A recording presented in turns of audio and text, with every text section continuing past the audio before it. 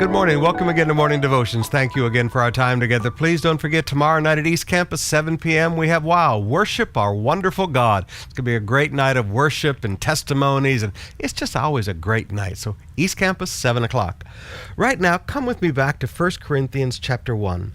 Beginning with verse 11, Paul said, "My brothers, some from Choli's household, have informed me that there are quarrels among you. What I mean is this: one of you says, I follow Paul, another says, I follow Apollos, another, I follow Cephas, and still another, I follow Christ. Is Christ divided? Was Paul crucified for you?" And he just continues.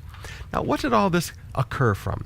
There were people who were attaching to people rather than attaching to Christ. Some people always ask me, "Pastor Summerall, what do you think of discipleship?" I said, I believe in making disciples. It's the Great Commission. But I said, the problem is how we define a disciple.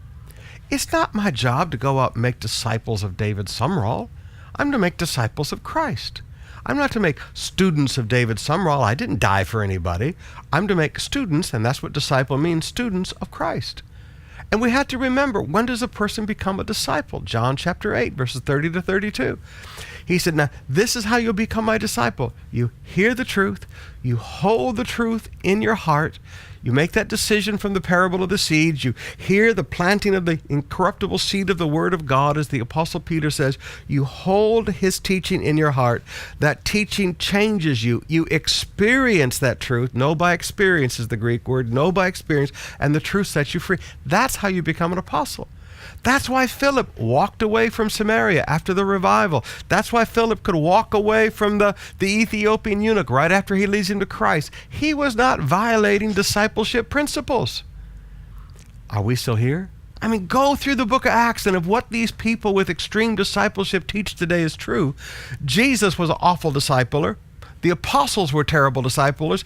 Everybody in the New Testament was an awful discipler. But see, there is no such thing as the office of discipler in the Bible. We go out and attach people to Jesus. We make people a disciple of Christ. Now, when we start getting into this stuff about wanting people to follow us, making our own disciples, this is what causes divisions in churches. Our role as pastors, our role is not to get people attached to us. Our role as leaders, whether you're a connect group leader or a pastor, is to get people born again, attached to Jesus. That's the relationship. They are disciples of Christ.